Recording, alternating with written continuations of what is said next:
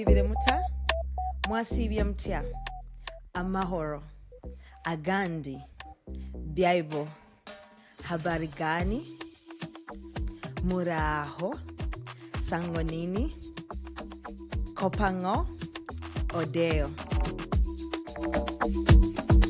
For those of you who are wondering what that was, these are some of the various local greetings found in East Africa's diverse languages. Welcome to She Center, the female podcast, where I dive into the issues and experiences that affect women everywhere.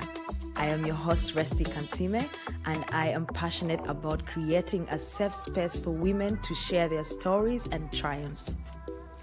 I want to thank you for tuning into my podcast, and I would love for you to join our community and stay connected with us beyond this episode. You can find us on Instagram at _She Center _podcast, and follow us on Facebook at the She Center Podcast. Don't forget to subscribe to this podcast and hit that follow and like button on our social media to be part of the conversation.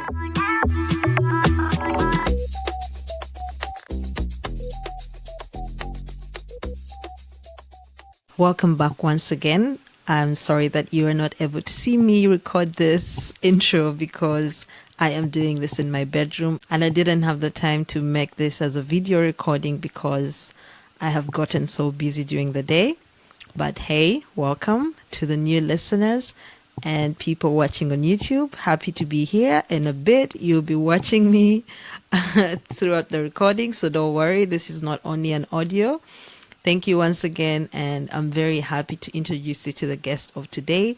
This is someone that I met recently, sometime this year, at an outreach program where I was volunteering, working with one of my former guests in a school where we were talking to different women and kids at school.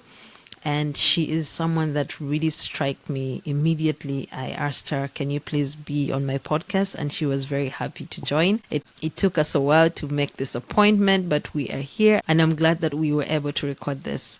So I'll just give you a short intro about the episode and we can go on to watch the video for those who are watching. So we are answering the question, what does it mean to truly live in your purpose? For Joyce Nakato, the answer is found in every young girl she helps return to school, every community conversation that shifts her mindset, and every battle fought against child marriage. From a humble upbringing in Uganda, where her late mother instilled values of equality and hard work, Joyce grew into a fearless advocate, as you will see, unafraid to challenge gender roles, compete with confidence, and speak up for those whose voices are often silenced. Today, as team lead at the Uganda Youth and Adolescents Health Forum, co-chair at Girls Not Brides Uganda, and chairperson of the Power to Youth program, she is on a mission to see girls and young women live out their full potential. In this episode, Joyce opens up about her journey, the cultural and societal challenges she faces, the power of collaboration, and why she believes purpose is a journey, one worth walking with courage, hope, and unwavering determination. I look forward to hearing what everyone is going to say about this episode. I did have a wonderful time talking to Joyce. And hey, Joyce, thank you so much once again for making the time. And I am very, very excited to collaborate with on future projects. Once again, I love you very much and enjoy the episode. See you in a bit.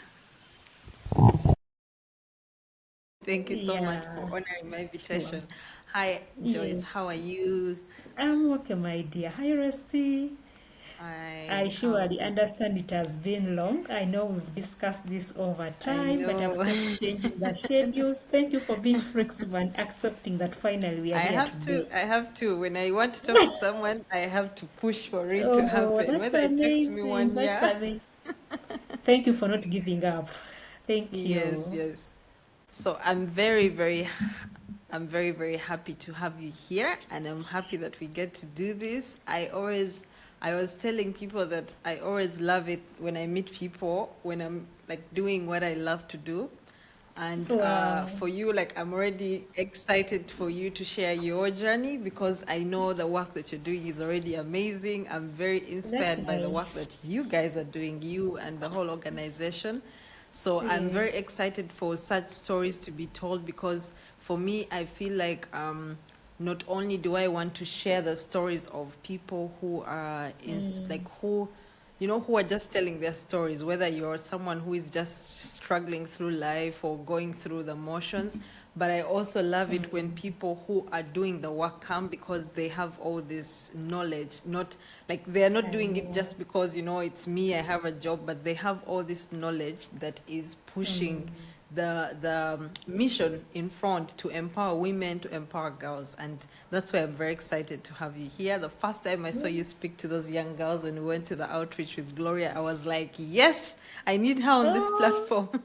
oh, that's I need amazing. her. I That's loved your amazing. That's a fire. very good compliment.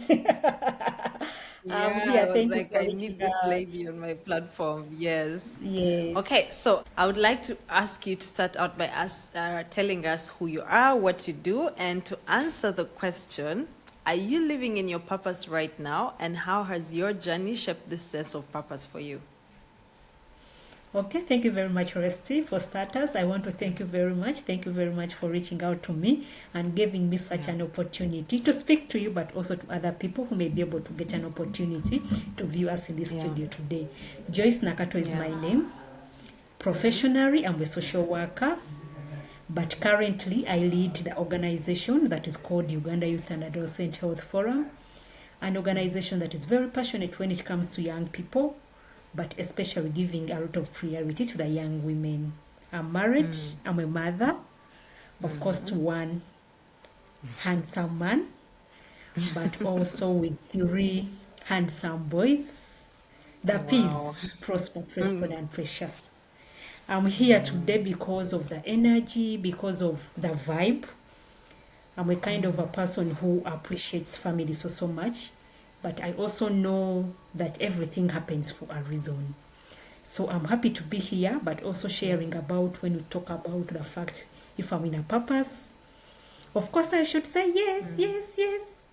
Not only because I'm a mother, but because of the fact that I'm happy and I bless the Almighty for the opportunity that He has given me to be able to do the work that I'm doing. Regardless that I'm still in this journey, I'm not yet to where I want to be, but I'm happy that if it's a journey, I'm along the road. I'm not just Yes. sitting back amidst all the challenges, amidst everything. I have I have hope that I'll be able to reach the final destination. But I'm also happy because of the fact that I'm able to have an opportunity to speak to the young people, to have spaces. You know, in most cases, at times we want to do the work, but what is that passion? What is that purpose that we're working towards? But me as an individual, as Joyce, I'm interested in seeing, in still to see women that are able to do what they want to do. And not because it is a right, not because it's an entitlement, but because they are human beings who have a purpose that they want to achieve. I want to see a world, I want to see an opportunity where women are able to access equitable services, regardless of their differences. I don't mind if they are coming from the rural areas. I don't mind if they are coming from the urban areas. I don't mind about their color. I don't mind about their race. But seeing them that they are able to progress. But also because of the impact that I'm able to create within the community. I'm seeing young people going back to school, Yeah. which calms me, that humbles me so much. But also the fact that the young people, adolescents, young people between the ages of 20 to 24, they are able to make their own decisions. But they are making decisions that are informed because we've given them information, we've given them age appropriate information that is supporting them to make these decisions, that is making them to make this choice. So, but also the fact that there are spaces, there are opportunities for them to speak out. But as an organization, Uganda Youth and Adolescent Health Forum, we are also working with aligned ministries. We work with the Ministry of Health, we work with the Ministry of Gender, we work with the Ministry of Health, with Education, and we are ensuring that the young people are able to be given an opportunity to share their thoughts, to share their minds on what they think is the best for everyone in the country. So I really also happy that I'm able to reach out to the young people in the communities, but also the fact that as an organization, but also because of me as an individual, we are able to reach the remote communities. We are able to reach on the ground. So me being able to see all that, I'm able to say, yes, I'm living within a purpose because I'm taking the services nearer to the people, but also to those that are most vulnerable.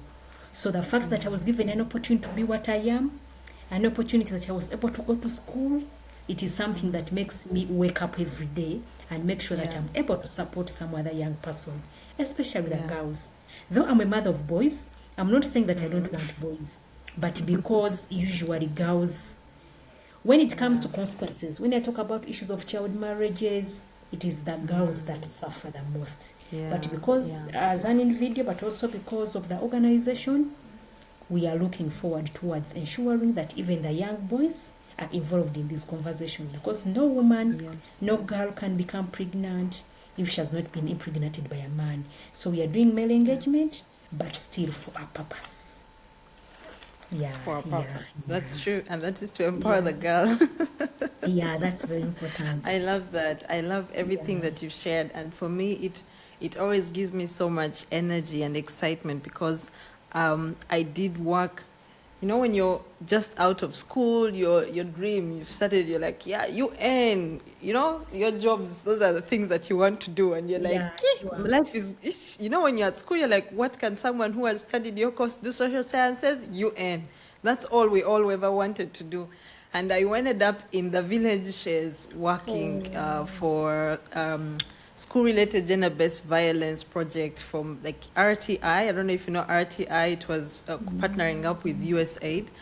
Okay. At first I was like, okay, we are here for the mudidi, for the money, that's it. I know. You get your money and go home and enjoy. Yes, and we were there staying in the worst of the worst hotels because some places are like remote, and we had to go to schools. Like I used to spend a lot of holidays in the village.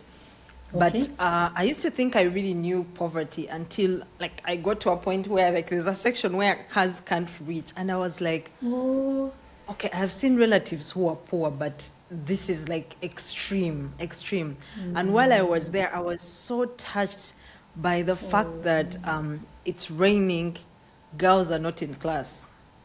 And the headmistress is like, this is normal. Like everything was going on like it's normal. You're like, you know, it's a rainy season. Mothers are in the farm digging, so the young girls have to help their mothers. The whole class is empty. So when you mention something about a child being at school, I think many people out there, when they hear things like this, maybe they're just imagining, kids of these days don't want to go to school. You know, they just want to go and live their lives. They don't understand the heaviness or the weight that is on a young girl, and how her whole future is going to be stolen from her just because she is a girl. Because the boys were in school. Can't boys dig? Can't boys do all the work that other girls can do? But why is the whole class empty of only, like their classes would go to, and this is like P1 to P3, not even P5 and P6, but you'd find the whole class is just full of boys. And the girls are all in the farm digging or doing something, and that's unfair. So when people hear this, I need them to understand how this stuff is still happening in the world we are living in right now. Like kids don't just, and school is free. I know. Rest, you know, maybe if I want to say something about that, of course, even if we say education is free, of course we have government programs, but of course it comes at a cost as well. It may not be too much money, but that little money, maybe even if it's 10,000, there are some families that cannot afford that 10,000.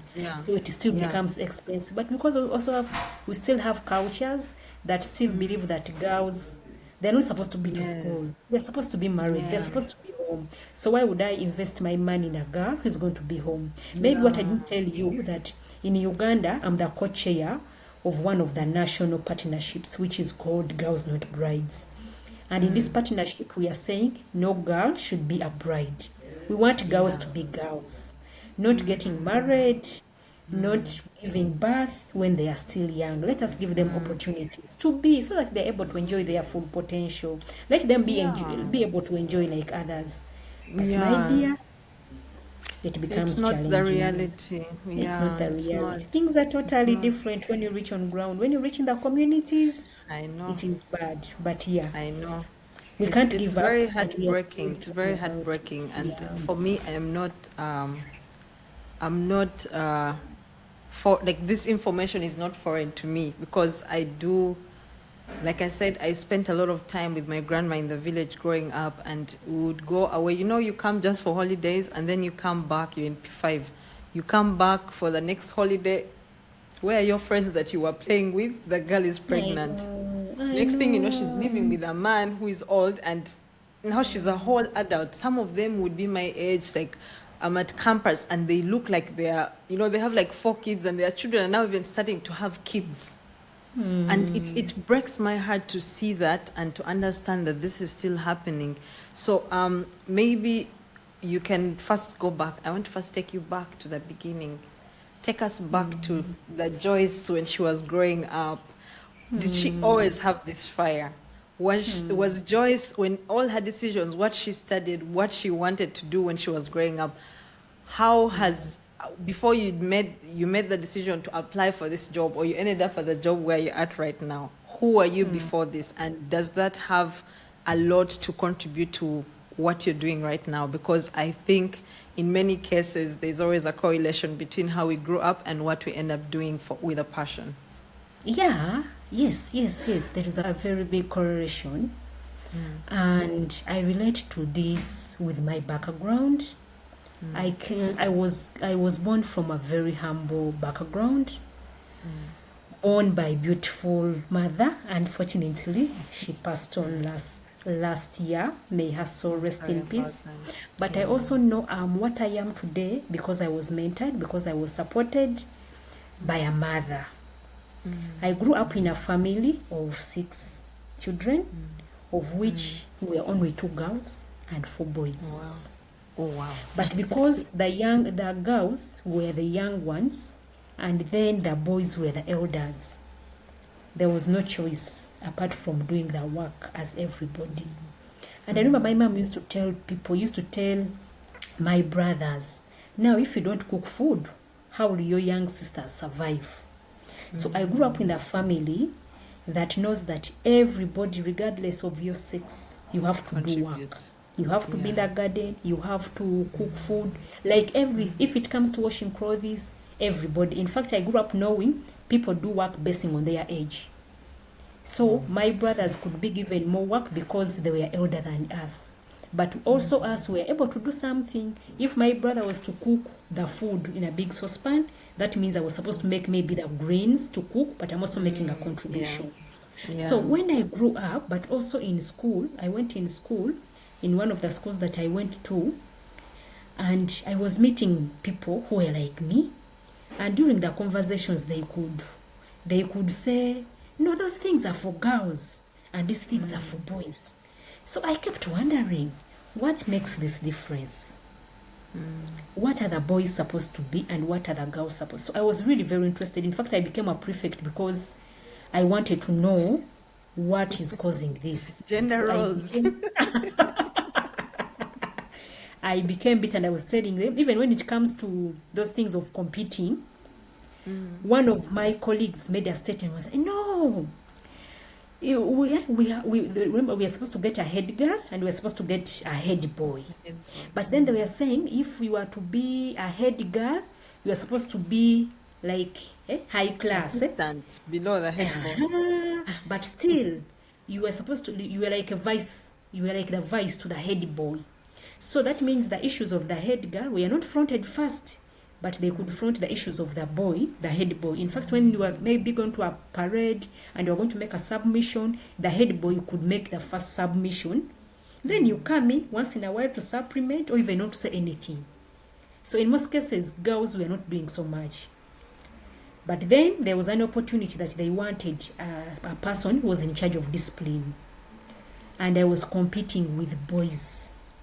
I told them, I want in this school, we want to have discipline in the school. But when we are coming to discipline, it is for both the boys and the girls, regardless of who you are, regardless of your background. Like for me, from my past, I don't like people who undermine people because of their background. Even if Joyce comes from a humble background, there is something unique, there is something strong about her. The difference is that at times we don't have the opportunities. But if you have an opportunity, the school says we want a prefect, and Joyce has come up, then why not? I was like, no. Even when that time reached for campaigns, some parents, because some parents had the money and they were giving their children to come and give us some eats. Me, I didn't have anything. And I was telling my friends, me, I'm not going to give you anything.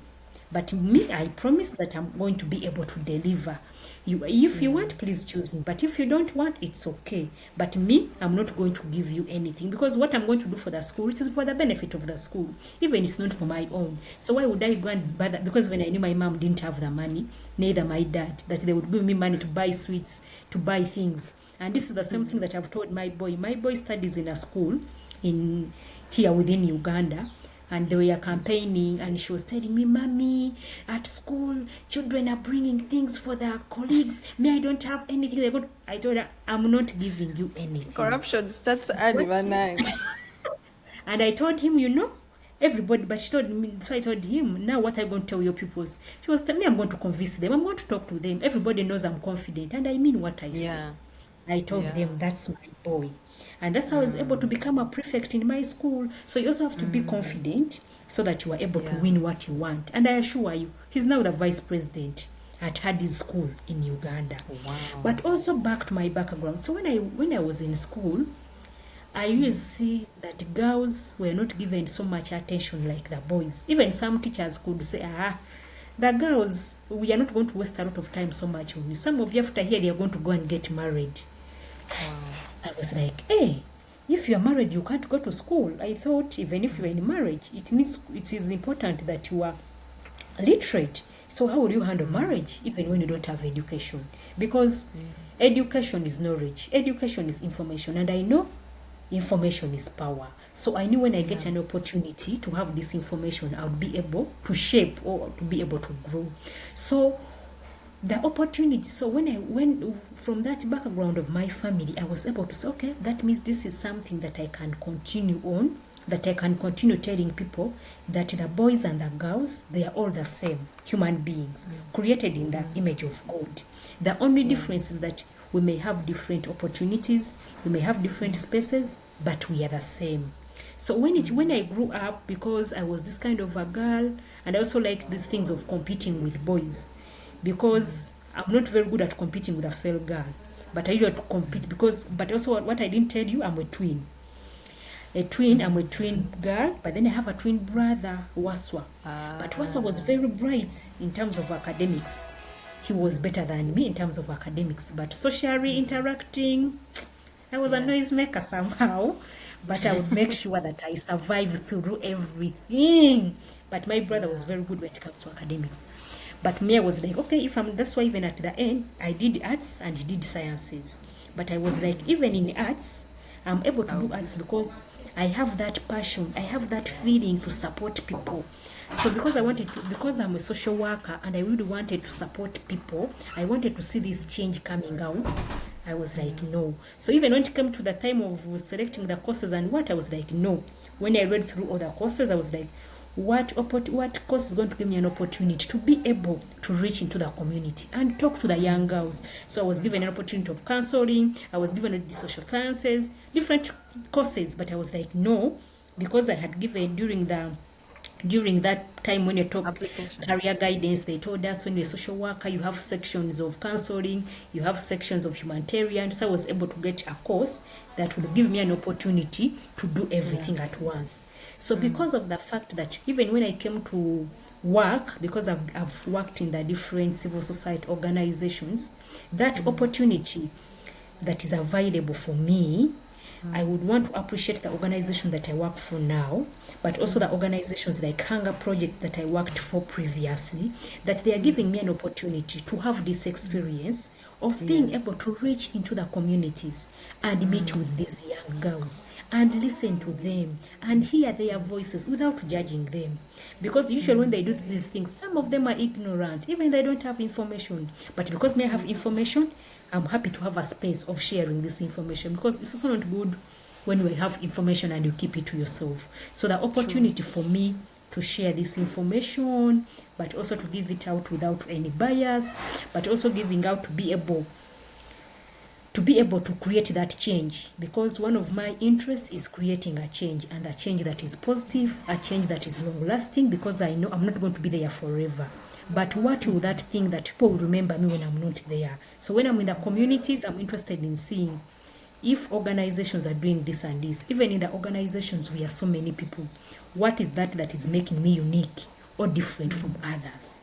So that's what makes me move, makes me want to be a better person, but also being able to serve, especially with the vulnerable people, because I know we are not the same by nature, but when given the same space and same opportunities, we can be able to reach where we want to do, where we want to be. Yeah. I love that. And clearly I can see like people really never understand how our growing up can really impact the people that we become when we are adults, because as you mentioned, that competition and the fact that you are home. And I think I was also raised by, my mom was a single mom, but I had so many aunties. Her sisters, her friends would take care of us, and many of them were either single or they were really very powerful in their families. And when I grew up, I just saw, when someone would tell me women can't do something, I'm like, how? What do you mean women can't do anything? Like, I've seen women in my family who have crossed beyond anything that people told them they couldn't do. And my grandma, when you say that, I've actually never thought about it. At my grandma's home, there wasn't that stuff of girls do this and boys do this. I think that's something that I've never really paid attention to. It must have impacted me in one way, because while we were there, we were going to the well, we're all going to the well. Like, there wasn't that thing of this is a girl, this is a boy, apart from maybe going outside in darkness. That one, we always ask the boys to walk with us somehow, because my cousins, the boys and uncles were older. But when you're speaking about it now, I'm actually realizing, like, even the house boys, we usually have like house girls to help, the house helps, but the men would also be in the kitchen sometimes cooking and doing some stuff. So I see from your story how that could have also impacted me, and I love that you shared that. Yeah. So I wanted to ask, when you reflect on your past experiences, what challenges or obstacles have you faced while you're living out your purpose, and how have these experiences helped to prepare you for the impact that you are striving to make? When it comes to challenges, of course, just like the way we are talking about the path, and we want to reach somewhere, of course, there are always, even if it's a road, there are humps, there are so many things that go away. So one of the challenges that I've really, really experienced are people who are ungrateful. In life, Resty, there are things that even if you try to do your best, there are people who never appreciate. Not because they are not who you are, but because they've seen Joyce is better than us in this. Even by the fact that you are presenting something, they are already biased because of who you are. But also because people are ungrateful, because like in our communities, let me give a scenario of the communities where we stay, and you find that people have land, people are able to plant, people have the good season, they're able to have everything, but still they are not satisfied. So God has given you life, God has given you hands. Instead of trying to do something, there are many people who have decided to remain in their comfort zone and not do anything, but instead end up being having a bad eye towards people who are progressing. So I really don't like that, and it challenges me so much in my work. I like if you've gotten an opportunity, you've gotten a salary, why not be appreciative? And why can't you share that with others? Then also another challenge that I've really experienced is the issue of culture in the communities that we serve. Culture is one of those things that even if it is relating with a background, if somebody grew up in a background that says girls are not supposed to be for education, even if you tell this person about the importance of education, they will not appreciate. They will still say girls should not go to school. But also religious beliefs. There are people who believe in their small gods. There are people who says our religion says this, regardless of the fact that it is benefiting them. Now, like I want to use an example. In my organization, we are implementing one of the projects, and this project was concerning contraceptives. But you find that some religions, when you talk about contraceptives, they are very, regardless of the age. Yet in actual sense, we are talking about the issue of spacing children, health timing, producing children that you are able to look after. You have to do something to prevent that too much. But if they are biased about it, then you cannot. Then also people's, can I call it like the mindset? That negative attitude. You know, even at the workplace, we usually have negative energy. People who, even if you try to propose something positive, they'll always be on the negative. Push it down. Even if you have a very good idea, somebody will look out for the bad thing within that and will recognize that. So at times, even if you want things to move, you want to see how are we able to support these young women in the communities to go, there is this one team player says, you leave them. They will also survive. That is not the end of life. So that negative energy can at times make you.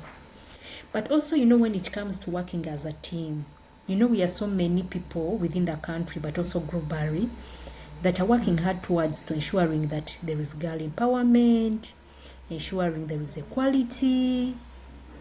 But you know, when it comes to team, the dynamics of working with teams, you cannot be on the same page. There are always those who are on the other side. But also, I've also realized that in terms of the work that I do, because one of our sustainability strategies as an organization is working with allies or working with structures within the communities. But you find that as you try to work with people, because we usually come up with youth champions, like peer educators, so that they're able to do the work. We take them through capacity building so that they're empowered. But because of different reasons, they end up moving. You know, labor force, workforce is mobile. It is like in the workplace, you've trained this staff, you've built her capacity, you've mentored her. But because of career reasons, they want to move on. So the structures that we're trying to build, they keep on moving. Even when it comes to the health workers, because we work with health workers, but then at times you've built their capacity, then they are transferred. So that means you have to build again. So one of the things that we've really tried to do to make sure that even if people are moving on, because people move on for green pastures, for better opportunities, there are also people now, like in my country, who have ended up leaving their country and going to other countries so that they are able to offer that manual labor. So you find that one of the things that we've tried to do is there is that 3 people principle, whereby if it is an engagement, you make sure that at least you have 3 people in the house. At least you have a president, you have a vice, and someone who can work as a substitute in case one of them goes. Of course, it has cost implications, but at least it helps us to have that element of continuity other than the program going at the standstill. But also, we've tried to find out alternative ways of sharing information. As an organization that is dealing with young people, we believe in innovations, we believe in creativity. So when we are reaching out to people, it is not a must that I have to be on ground all the time. But I can work with the existing structures. I can use the social media. We can use podcasts. We can use, now I've learned something from you, Resty, something like a studio like this, radio, television, and we are able to share the information. But also, as we are doing this work, we are mapping out allies. Which other organizations are doing the work that we do? Yeah. Which other organizations are able to appreciate what we do and they are able to go along with us to work?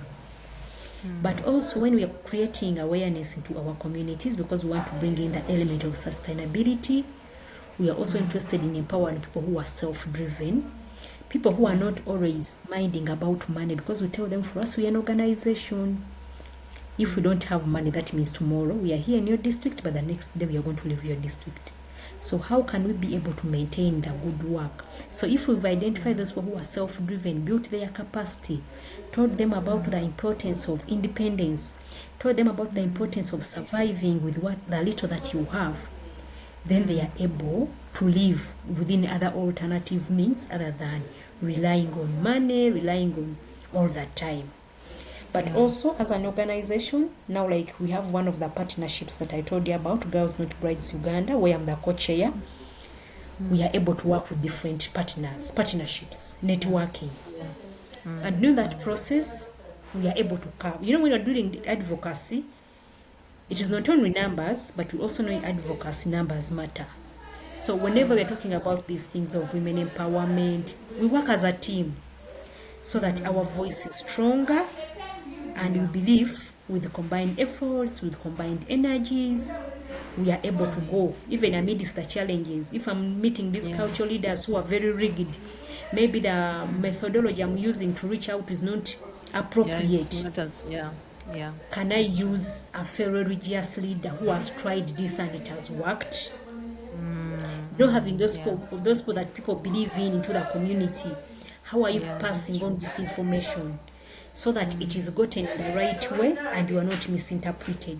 So we are mainly also ensuring that we use peers, we use mentors, we use role models that people can appreciate and look to and say, yeah, if we have this in the house and if she says this, even when we're talking about these things, we talk about the goods and the bad. Now, like if I'm talking about contraceptives, I will not say contraceptives are 100% perfect. However, I will say, if you are ready to go for this, expect this and this, so that somebody makes a decision but knows about the repercussions. So the most important thing is giving information that is helping these people to think through, to think again. Even when you're giving them advice, we are just giving options. We are giving alternatives, but we leave with the opportunity to make your own decision. Yeah, that's what I can say in line with that. I love that. And you mentioned a lot of challenges that I was thinking, yes, that's definitely something that I've also anticipated in my project planning. And one thing that you mentioned that was very important is collaboration. I think collaborating with other people, as you mentioned, is very important. And I remember when we met at the school, when we met with Gloria at the school, I was thinking we had people from 3 different organizations there, and the fact that we were there, we each brought something unique that made us that made us connect with these people. Because when I was talking to Gloria, she was telling me how you have supported her and helped her to introduce her to all these other things, and I was telling her, I think that's very important, because you always need people who are far ahead of you to help to introduce you, because they believe in your vision. And true. I see Gloria all the time, like all over the country. I was just seeing her today posting. Gloria she is was already talking doing to, amazing work within a short time. I love the fire in She her. has just it's registered amazing. her organization, but I'm telling you, she's doing wonders. She's one of those She advocates that we are proud of in the country. And she wouldn't be doing it without the support that you are giving her, because I think in many cases it's very hard for people. Like, I could be here and I'm talking and I have all this passion, but if there is no one who believes in what I'm saying, it needs, that person to come and say, yes, I believe in this girl, this is what this person is saying, and just that credibility can help you go further. And I've seen how your organization, collaborating with Gloria, has really helped her to push her word, and she's getting to a point in her life where I think she's seeing her vision is becoming tangible, because she's doing I the work. And know. people, she told me Mm. how people are reaching out to her and saying, hey, this is happening here, can you come? And I was like, see, I told her, keep making the content, people need to hear, keep talking. Me, I'm always pushing her in a digital Oh, space. so Gloria works for that organization. Her organization is Together Against Sexual Gender-Based Violence. But even us as an organization, as you have, at times we get cases, maybe those rape cases, they need urgent attention. And if you're not able to Yeah. if you're not able to give the service, her organization is that one of those organizations that I will quickly reach out to. I'll give her a call. I tell her, Gloria, there is an emergency. And I tell you, Gloria will cancel whatever she's doing to reach out to that girl. She'll ask Joyce, where is the contact? Which community? If she's not able, she'll get where to refer the person. Like, she has a lot of energy, she has a lot of passion. And Yeah, at she the does. I end, love we that. just want to ensure that we are able to reduce those cases in the country. Why would we force Yeah, young that's girls very into true. these things? That's very Yeah. true. And of course, I think for Gloria's case, it takes someone to have experienced something to have the fire, because sometimes you're just doing it maybe because you just want, the impact and to make money. But if you know that you were once that girl, you were once someone who has been through something, like in your case, you seeing how people were growing up telling you can't do something and you being able to do it, I think it pushes you to be like, I think I can do this internationally, because I That's should why be they like, it say, pushes you. If you've never experienced something, it becomes hard for you to make the change in that space. I do believe that. that's why And they I say really love experience that. is the Yeah. best teacher. Yeah. Experience is the Experience best is the teacher. best teacher. You've gone through an Yes. experience, you are able to understand, you are able to Yeah. feel, to be empathetic and put yourself in the shoes of someone who's going through it. You've And then done you are the able to field provide work. the support. Yeah, it is really Yes, very important. that's very true. Yeah. I love that. Okay, I have one last question. Looking ahead, how do you see your purpose and contributions growing, and what role do you think a platform like She Center can help in supporting women through this process of discovering and evolving their purpose? Oh, thank you very much, Rusty. When you say looking ahead, that's very important, but also such platforms, I really want to appreciate them, because I know when such platforms are there, the voices are able to go further. Many people, when you use such a platform, it means that you are going to be able to reach out to so many young people, to so many young women, but within a short period of time. So really, Yeah. really, really, that's very important. So the power, what we talked about, the power of partnerships, the power of collaboration, the power of Yeah. networking, that will be my one priority of what I think needs to be done as far as going ahead is concerned, but also areas that can be of good help when it comes to such work.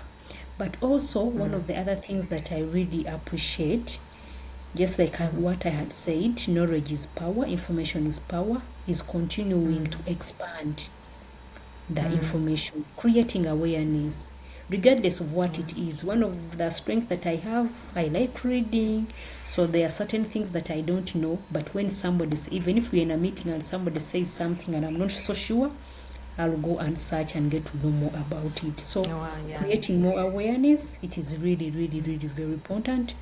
But just because I had said about the power of collaboration, the voices are stronger. We are able to advocate. We are able to make sure that when we are talking about this advocacy, we're not talking about this advocacy that needs us to do those funny things. But what is important is how can we do things peacefully and have those candid conversations that are realistic, that are objective, to support anyone.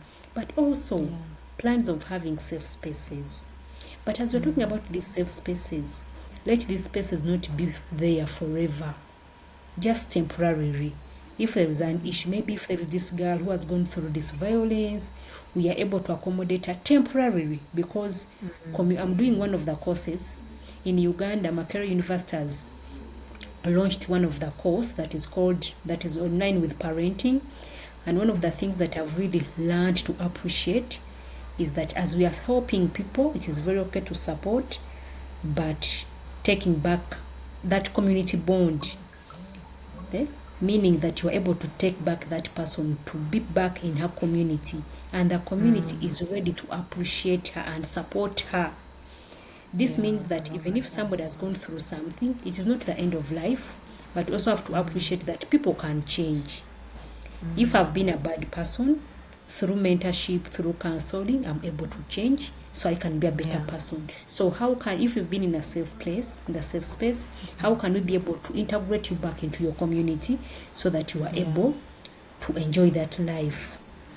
Yeah. But then also with such spaces that she leads, she's center. that she's centered, sorry about that, we are able to No create problem. more awareness. But digitalization, the power of digitalization, even during those times of COVID, COVID taught so many things to us in our country. It also taught us that we are able to do work virtually, the digitalization. But how are you able to continue ensuring that this information reaches out to those communities? But we also know in our communities there are people that we've worked with and are transformed people. You may find someone who has been against something, but because of, change is part of life. If you don't allow, change will change you. So there are certain things that you accept and you become transformed. So we are able, the plan is to ensure that how can we continue to use the transformed people that we have in our communities so that they are able to spread the information that we want to spread, but also ensuring that those people in the communities, they're like the foot soldiers. They're able to speak on our behalf. Joyce, even if I lead a partnership, because not like at UAF, our composition, there are 25 staff, but also the Girls Not Brides, it is composed of 144 member organizations. But we cannot be everywhere. We cannot be everywhere.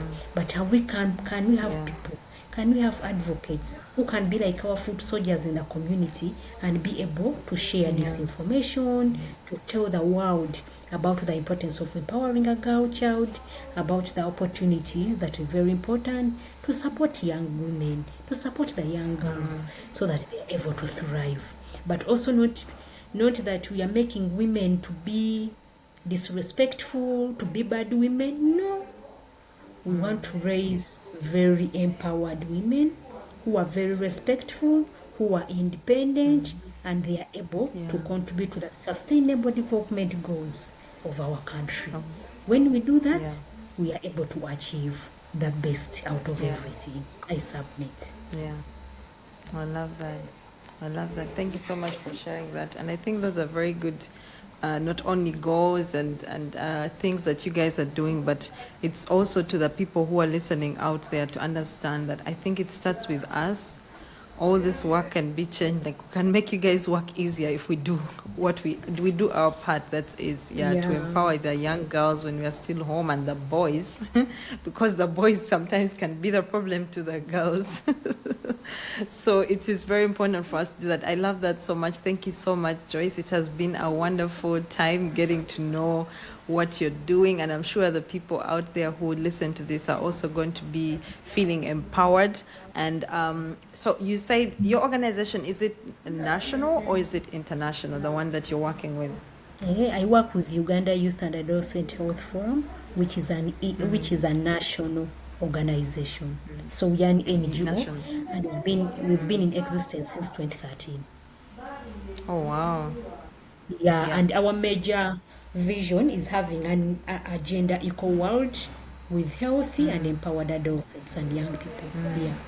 Yeah, I love that. And I love the fact that it is based on helping us at home, back home. For me, I'm very, like, empowerment, of course, it's good, like, abroad, but I feel like they have their own things that are helping them. I'm very, very much more excited for empowering women back home. And I look forward to future collaborations with UAF. And I've collaborated a lot with Gloria, and we are helping each other along this journey. And for me, it's always exciting to find other women who are along the same journey, because our mission is the same. We just have different responsibilities and different roles. And I look forward to working with you in the future. I look forward to seeing all this big impact that you're making in all communities, because it's possible, it's possible. It's not impossible. So thank you so much. Is there anything that you want to say before we leave? Okay, no, I just want to appreciate you, Resty. Thank you very much for giving me an opportunity to talk to you, but also to the listeners out there. We are really grateful for the opportunity, but also for you for accepting to listen to this. But also the media, as I end this, I want to appreciate everyone, but also to confirm to you that every person is able to do whatever she has. We all have the power, we all have the courage, we just need the space, we just need the opportunity, but let's not give up. Let's continue supporting everybody and giving a lot of attention to the young women and young boys. Let's not undermine them, let's not dismiss their capacity, but let us support them to be who we are. Because if we are not supported and mentored, we wouldn't be what we are. So thank you very much, Resty. Regardless of the fact that you are not in Uganda, I know you are in Germany and enjoying everything, but I'm happy that you are able to always remember your mother country. I enjoy more in Uganda. Yeah, in Uganda, we love Uganda, and we are proudly associated, and we are calling upon everybody to really do her best to make Uganda a better country for every woman, for every young girl. Together we can, and together for prosperity. Thank you. Amen. Amen. Thank you so much. Please help me spread the word by sharing our episodes with your friends, family, and followers. Let's amplify the voices of women, break barriers, challenge stereotypes, and create a network of support and empowerment. Together, we can bring about positive change and make this world a better place for all. This is She Center, the female podcast, where women's stories matter. I love you all. God bless.